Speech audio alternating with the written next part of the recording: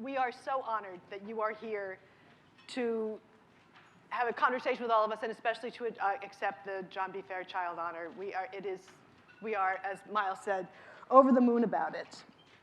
I want to ask you about the awards themselves, because you agreed to accept this, but you are notoriously adverse to awards, particularly those that reference lifetime achievement. That's a big difference. Huh? Well, thank you very much. Thank you very much.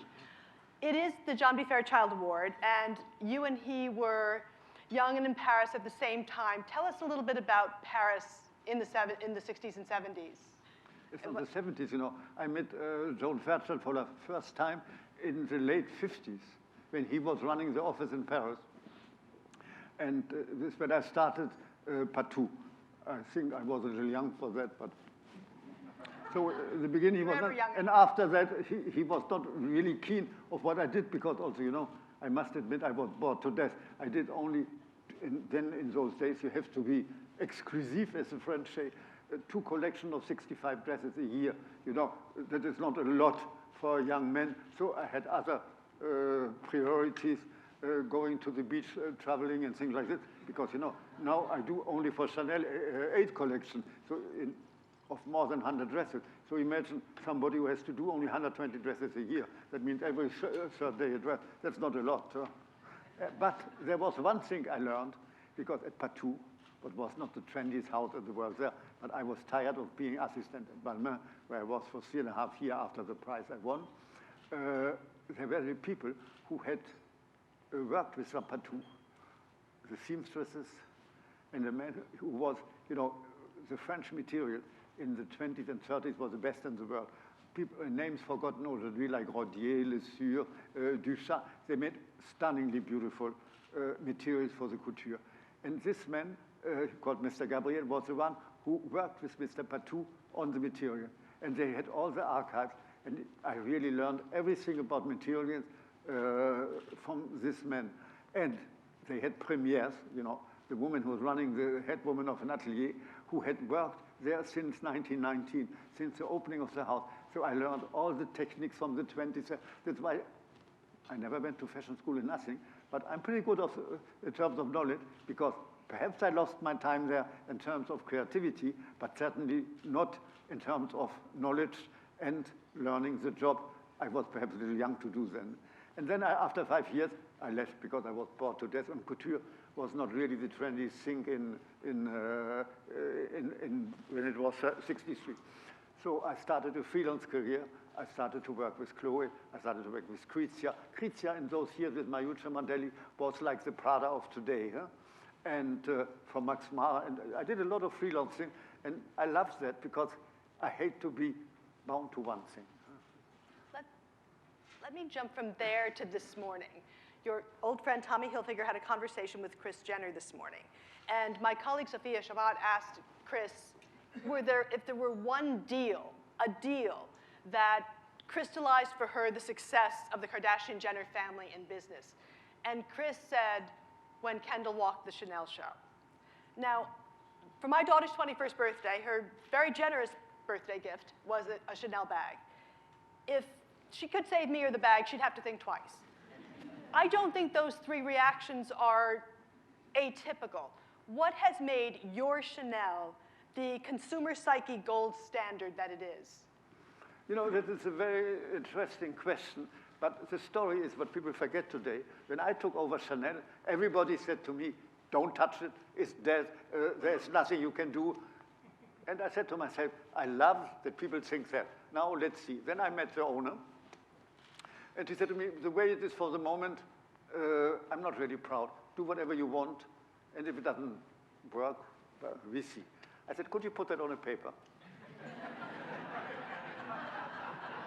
So my contract is, in fact, very short, because I don't read contracts, because I don't believe in contracts. I believe in trust and work and something like this.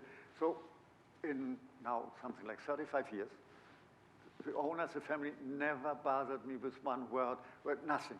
I can do what I want. We have a very tight team. The president for fashion, Mr. Pawlowski, Virginie Viard, who's there, who's running all the creative businesses, and for the image, Mr. Fender. We are four. I don't do meetings. I do nothing. Anyway, my mother told me, the important thing in life is the general opinion of a single person. And this is how I work. And it worked, so there's nothing I can say. It was fun. But also, not everybody is lucky to get in a business with a family who owns, who can decide what they want, and who let you do what you want. Because, my contract says 4 collections. I'm doing 8. Not that they imposed me for other one. It's me who thought we have to do that every 2 months you can change everything. There was a cruise. We developed a cruise. It was not very important in the beginning. And then I said, at the other end of the year, there is nothing, so to balance it, let's do the métier d'art. And so it blew up because I thought it had to be like this, because I don't think there are so many companies who can every 2 months change completely what's in the shop, because there are pre-collections who were not important in the beginning, who are very important now too. But I mean, the studio is overworked, but it works. And then, of course, 2 couture collections, what I love to do. That's like a holiday job. Just a holiday job. You talked about being bored as a young man at Couture doing 2 collections of 65 outfits a year. Your work ethic is renowned. Your productivity is legendary. When you accepted the Chanel job in 1983, you had already 82. Excuse me. Sorry. You had already been at Fendi for almost 20 years. Did it ever occur to you that maybe those 2 jobs would be 1 job too many? No. No, and I will tell you why. I hate to be bound to one thing and nothing else. I want to know what's going on in the world. That's why I had Fendi 20 years before Chanel. And I love Fendi. Fendi is completely different. Chanel is my French version. Fendi is my Italian version. And the very different Lagerfeld business is a copy of myself. So that is another story. Because in the beginning, the people because I never wanted to own a company. I'm not a CEO. That is another job, and I'm not good on that job because it bores me to death, and you have to be gifted for that, like Mr. Pavlovsky is gifted for that. So, not for me. I like only one thing. In fact, I'm not even an art director. I'm such a sketching artist, because I like to sketch. But my fashion sketches are easy to read, so I can do things without being there for 100 hours saying this. Because when I see old sketches, even from the 50s, there are no details. I give on my sketches every technical detail, and it still look like, I hope so, like a trendy illustration. But this is what I like. I spend hours doing it. My whole life is taken by that, but I'm enchanted. And I must say, I like the job even better now than I did when I was younger. We saw so many of your beautiful sketches here, drawings, and you used the word enchanted. They are enchanting. How did you develop your style of drawing? I don't remember too well because I always make big efforts to forget. No, but it's very good. When you start to I have no archives. You want a sketch, I have to make the sketch. I have nothing. Fendi, they have 80,000. Chanel, I don't know how many. I have nothing. I never look back in what I did because, fashion is like show business today. You're as good as your last show, but no, it's your next show. And this is very exciting because I'm never pleased with myself. I think I'm lazy. I could do better. I could make an effort. I know it's grotesque, but that's how I treat myself. Did you ever have an aha moment when you knew that your particular situation at Chanel would create a new template for luxury house fashion? No, I never thought about that because I was the first, and dear Tom Ford came years later. So, but Tom tells everybody that I was the first. I talked to Tom recently about you, and he said, yes, Karl was way ahead of all of us, and he has outlasted all of us. Why has it been so hard, no, not hard, impossible for other companies to replicate? At Chanel, the conditions were never hard. They were soft beyond soft. No. I never suffered. I had not to fight. No. I mean, I was pretty lucky. I'm not sure that in the other houses people had such a good luck. After all, they never stayed as long. Well, but that's what I mean. There had to be obviously a special chemistry that, because... Yes, but it's up to me to create it. Huh? And also, you know, you work for a company, for a label. Fendi is Fendi, Chanel is Chanel. I don't have to add Chanel by Karl Lagerfeld, Chanel, Fendi by Karl Lagerfeld. You know, if it's good, people know. If it's not good, it's better if they don't know. So, no, and you know, and working the way I work, not putting my name on everything, I cannot even cross the street. So there must be something strange going on, what I cannot control, but what is okay. Talk about, you've often said that your ideas come to you in your sleep. So, and then you wake up and you always have a sketch pad available. Does it usually start with the set or with the clothes? And is it literally you're dreaming, you know, waterfall, art gallery, Eiffel Tower? Is that how it works? Yes, yes, sometimes. I hope it will work all the time, you know, but you cannot count on it. Sometimes you have to make an effort and squeeze the brain, no? But so when you do that, when you have the idea for a waterfall, does the set idea come first and then you adapt, you work the clothes? No, it's a mix of everything. A mix of everything? It's a mix of everything. There are no rules. I'm totally unorganized in terms of creativity. It's a, you know, a potpourri. That seems incredible. It's a patchwork of all kinds of things. I guess I would say that the word disorganized is the wrong word. I mean, when you see these shows that Karl does, they're so amazing. I'm sure most of you know, Karl recently installed a gorgeous waterfall in Grand Palais. He installed the Eiffel Tower in the Grand Palais. When you're designing for a set that you've designed, whether it's the Haussmann Street, or is it a different design process than when you're actually going to some remarkable site, whether it's the Great Wall of China or... But you know, Bridget, I don't even analyze. I only work with my instinct. I cannot answer this kind of question because I never ask those questions to myself. Me, it's doing for doing. I don't know why, I don't know how. And even at Chanel with those shows, cost fortune, nobody ever said to me, that's too expensive. I don't even know how much it costs. I bet someone does. And somebody would tell me how expensive, or say it's too expensive, I would say, you know, I don't work for the poor. But I never had to say that. No, and at Fendi either. And I must say Fendi with Bernard Arnault now and Pietro Baccari is also a dream like Chanel is a dream. We went to difficult moments before the sale. Then, thanks God, Michael Berg came in to clean all that. He had a horrible job to do, but he did it very well. And now with Pietro, I must say, it's beyond pleasant. But that is remarkable, though. 50 years with one 52. company, 52, with different ownership. There must have been rocky moments. You just said that they had to be cleaned up. And how did you get through the rocky moments? Well, you know, I just got through it. I don't remember. I don't have a diary, so I don't know. When I was very young, I had a diary. And, it was in my parents' house in Baden-Baden. And when my father died, my mother sold the house because she hated the place. And in my room, there was a desk with my diary from the early years in Paris. So I couldn't find them, but my mother was allowed to read them. I said, where you put the diary? Oh, she said, I destroyed them. You think it's indispensable that people know that you are that stupid? You see? So I record nothing anymore. The diaries of today are kept on social media. What is your take on social media? But the world is completely changed, you know. Back to the years of Mr. Fairchild in Paris, fashion had no advertising. There was, I mean, it's another thing. Perfume had a little.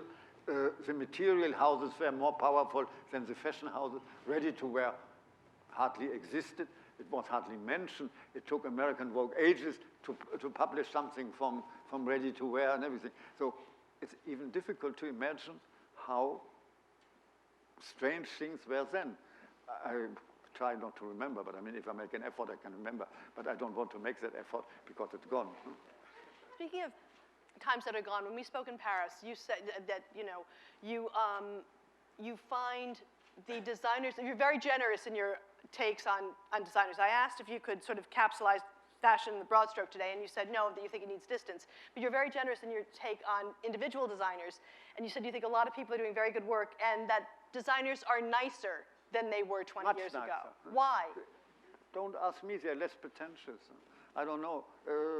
And, you know, for me it's very important that there are good shows in Paris, new people, because if not, it would be very boring for the people to come to Paris for fashion. So it's in my own interest to push others that we make a nice crowd of all different kind of things. Huh? Whom do you think is doing good work today? What? What designers do you think are doing good work today?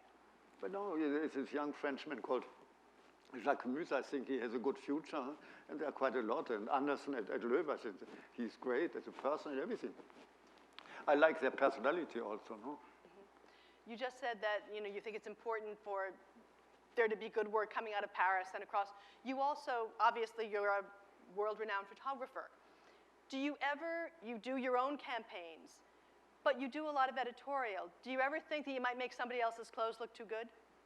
No, because it's in my contract, and I like to do my own campaigns and everything, because also, if you're isolated in studios, even if you have several, you are cut from the outside world. Mm-hmm. Being in the world of photography, the circle is larger. And I think that is very important, because ivory towers are the worst. That's the jail of the brain. You've said that it's hard for you to go out in the street, and you're so recognized, so easily recognized, and that you tend to stick to a small circle. How do you stay informed of things? And you told me you have spies all over. How do you stay informed? I don't know. I have a healthy life, always had a healthy life. In the 60s and 70s, when the other were on, you see what I mean and all that. I never did, I'm kind of serious person without wanting to be a serious person. It's just my nature. Huh? I'm born to work. Huh? Born to work. You talked about being, about being bored, and where does the work ethic come from? Do you ever get tired? Yes, to go to bed and then wake up next morning, but that's all. Do you ever feel at a creative loss? No, these are something people like to talk about because it sounds very artistic, very, no, I'm sorry. Really? No, I love what I'm doing. I'm lucky that I can do it in the condition I can do it, and I don't want to make it difficult. Huh? Right, well, one collection follows the other, so I have not so much time to think about this kind of thing. I have to produce something. Well, I'm getting the sign to wrap up, so I have a two-parter for you. And then one more thing. It's been, a very long time since the young Karl Lagerfeld won the Wool Secretariat Prize with a canary yellow coat. This was Stone Age. So much has happened since then, including you have become, the single most, admired and designer of your era, and a cultural icon. You've got nothing left to achieve. What keeps you engaged? I have to make the next collections. That's enough. Why do you still do it? I don't believe in achievement, No, it's not in the fashion world. It's the beat goes on. Huh? Why do you still love fashion? I liked it as a child already. I was interested what other people had on their backs and in my own clothes. I changed twice a day when I was a schoolboy. Huh? Really? Yes. And you never, it was just a... Sometimes now I'm not changing twice a day because I have no time. But that was it. But my work organization is very special. I work at home in the morning. I do all my sketching in a white smoke because it's a dirty job to work with pastel and colors and things like this. And then after lunch, I go to the studios for the fittings. I hate outdoor appointments in the morning. And what I admire most is people who at 7 in the morning run to the subway and all that. This must be a terrible life. I admire because a lot of people would agree with you on that. I never had this kind of life. I must, and some of them do it for very little. So, this is something I really admire. Well, speaking of love of fashion, I want to say that for someone like me who goes to fashion shows for a living, we see many, many, many shows, and some are god-awful, most are perfectly fine, but fade away, and then there are the ones that stay with you. They resonate, they touch you emotionally, they awe you with their beauty, and most of us have a mental file of those shows, and I want to thank you, Karl. My mental file has many Chanel shows in it, and they really just, it's 12 or 15 minutes that will never happen again that absolutely stay with you for life. I'm sure that there are other people who are longtime showgoers who feel the same gratitude to you. So thank you very much for that. I also am uniquely grateful to Karl Lagerfeld. I have experienced the fashion power of Karl Lagerfeld. I have also experienced the power of Karl Lagerfeld. Yes, I don't. This man, on a Sunday night at about 8 o'clock in Paris, and in Paris on Sunday it's hard to get your hair blown out. Sunday night at about 8 o'clock in Paris, 3 days before his couture show, this man got me out of customs jail in Paris. So thank you for the fashion glories and for interfering with my incarceration. But you know, I must tell you, she's one of the best in the business. Aw, and she thank knows you, how to Karl. write, and her vision is important. She can even say nasty things about me. I wouldn't mind, because it's her, and she has a voice and an image and a view. Thank you so much, No, it's Karl. true, it's true. Huh? Thank because you. there are other people that can write whatever they want. People are not even reading it anymore, especially today. Huh? No, there are a few voices, and I respect those voices. On that note, will you take a couple of questions from the floor, please? Yes. And someone's going to have to help me because I left my glasses in the room. Bridget, Yes. if this please. is working, I'll start with one. Yes, Karl, go if you'll ahead. allow me. It's Miles. Oh, it's my... I know you love fashion, but I know you also have an interest in architecture, and you chose this incredible building in Hamburg for the next Chanel itinerant show. Can you tell us about architecture and what you like about it and how it I must feeds? say I didn't get it very well what you said. Oh, Okay. try again? Yes. Oh, yes. If you could just tell us about what your choice of the venue for the Hamburg show and why architecture, how you find architecture so inspiring. First off, I'm born in Hamburg. I think Berlin is overrated. And, and also, what they did with the Philharmonie in the Haber, it's beyond beautiful. I think Herzog and de Meuren are some of the best architects in the world. So it's normal that I go there. Huh? Berlin is kind of fake trendy, it's okay, but not. Did you say fake friendly? Yes, I'm from Hamburg, you know. And when I was born, Hamburg was not even part of Germany. It was, you know, the three cities of the Hansa, Bremen, Hamburg, Lübeck, and Danzig. They were three cities. So I still have the feeling that I'm from a free city and not only from a country. That also, you know, people in Germany, they take orders and things like this. Somebody from Hamburg cannot accept a German decoration. I can accept what I have in France and all those I got, but German takes the problem because they didn't consider the rest of Germany important enough. And I got once in the very beginning, some little cross I even throw away, I don't even know where it is. And I got letters of insults from my parents' old friends. That I dared to even accept this thing like that. That's very strange, huh? That's women from another area, no? But Hamburg is a beautiful city. And some of the German cities get jealous of Hamburg because it's on the way to become the capital of Germany. So I hope you know Hamburg? No. You better come.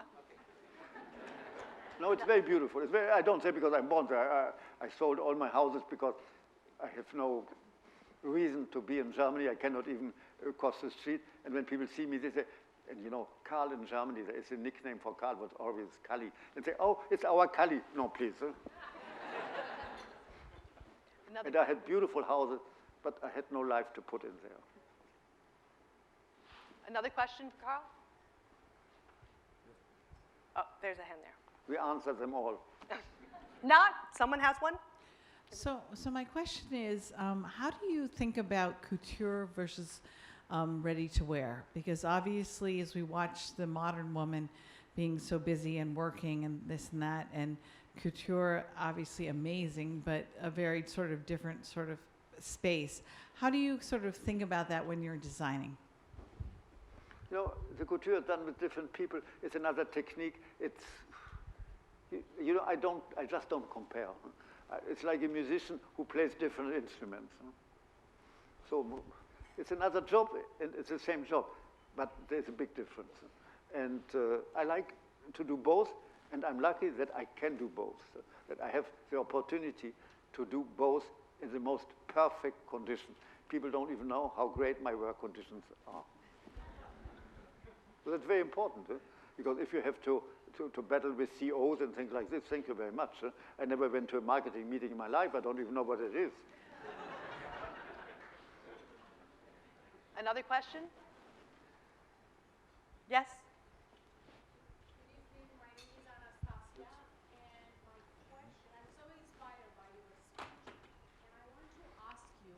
don't understand Thank one you. word.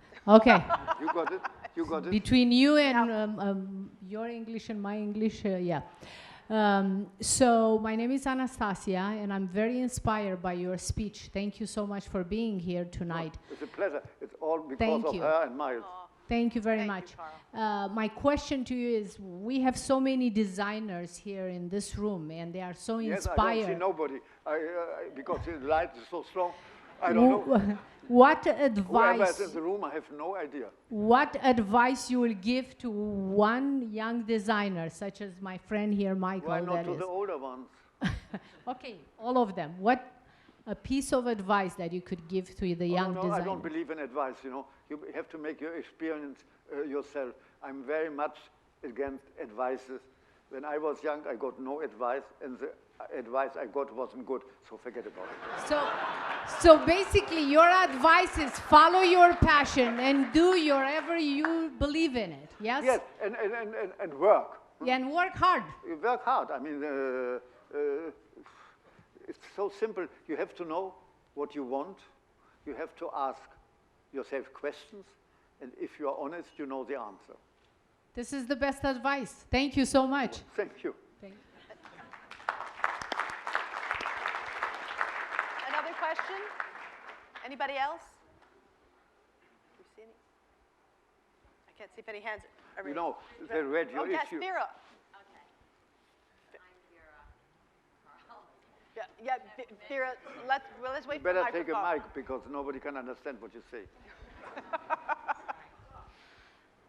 I've met you many, many years ago, many years when I worked for Vogue in Paris. Many years I followed your career, been a client for years as well. And one thing I remember from your career that I adored was when you did Chloe. And I still remember those clothes. I thought they were really amazing. I believe it was around the 1970s. Did anything you did for Chloe further influence you for Chanel? There are no rules. I can tell you a lot of stuff, and then the opposite I can tell you too. You know, I have no rules, because if I had rules, I had to stop a long time ago. Okay, I just remember. And I have no archives, no museum. I'm very much against retrospective. Now when they are 25, they want a retrospective. No, I don't want to see the old stuff again. I mean, when I saw the video, I said, you did all that? Some of the things are not bad at all. But that is the first time I ever saw them again. All right, just lots of admiration. Thank you. Okay. One more question? Anyone? Do I see a hat? You know, they saw your issue this morning. I think there's no question left because you covered everything. Well then, on that note, thank you so much, Karl. Thank Thank you, you Bridget. everyone. Enjoy dinner.